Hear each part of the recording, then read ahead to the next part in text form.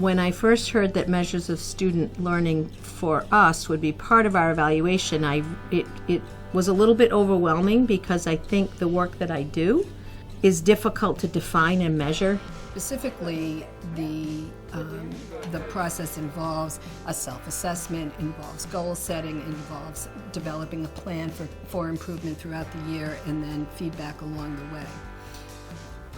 These common measures are one part of that process that is looked at after the fact, and it's looked at in terms of assessing the impact that a teacher has had on student learning.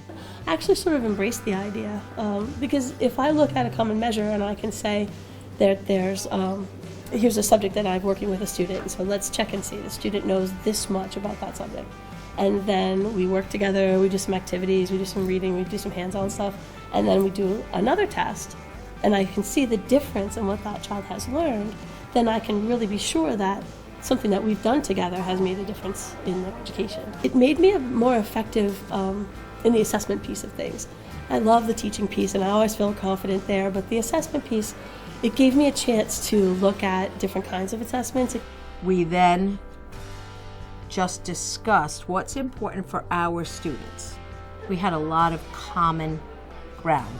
So then we came together as a whole group for a week or two and developed the objectives that we would like to target. This elevated some core concepts around assessment literacy and helped them to think about what were the specific practices that really needed to be consistent from one administration to another in order for the results to be comparable. The data that comes off of the common measures can be as useful as we design it to be.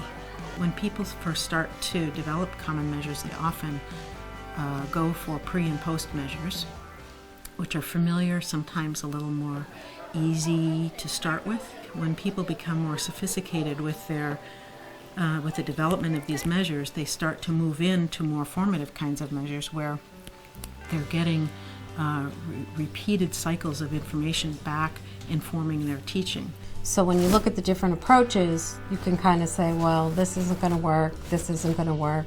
We really need a holistic approach where the students really do performance assessments and performance tasks until they get to a point where they can actually demonstrate these skills in the classroom.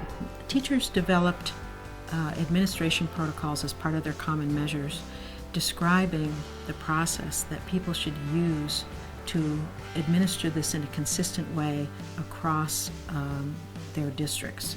This was something new and challenging because we're accustomed to thinking about assessments in our own classrooms. When we wrote the common measure, we really looked at the administration protocol because we're very concerned that students get a similar situation when they take the test, that they've got the same directions, the same visuals, the same room environment. So we took a lot of time and we wrote out very clear, very extensive directions that a teacher could use if they wanted to administer our assessments. Common measures really push the conversation to think about what happens to all of our students.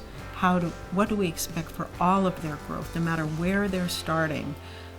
What do we expect for growth over time for every one of those students?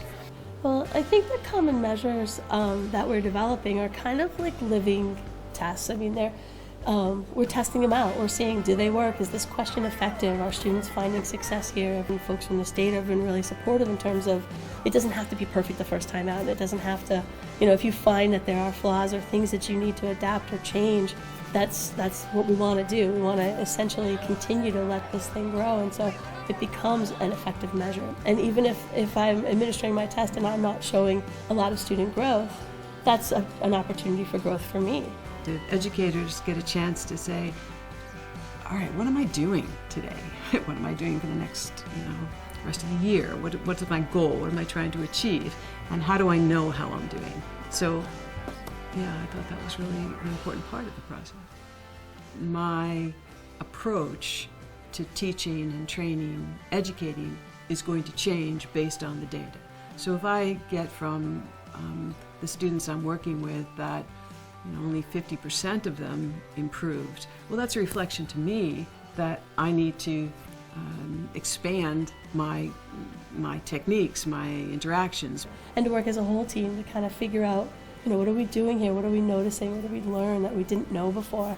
So, it gets to be a really exciting place to be.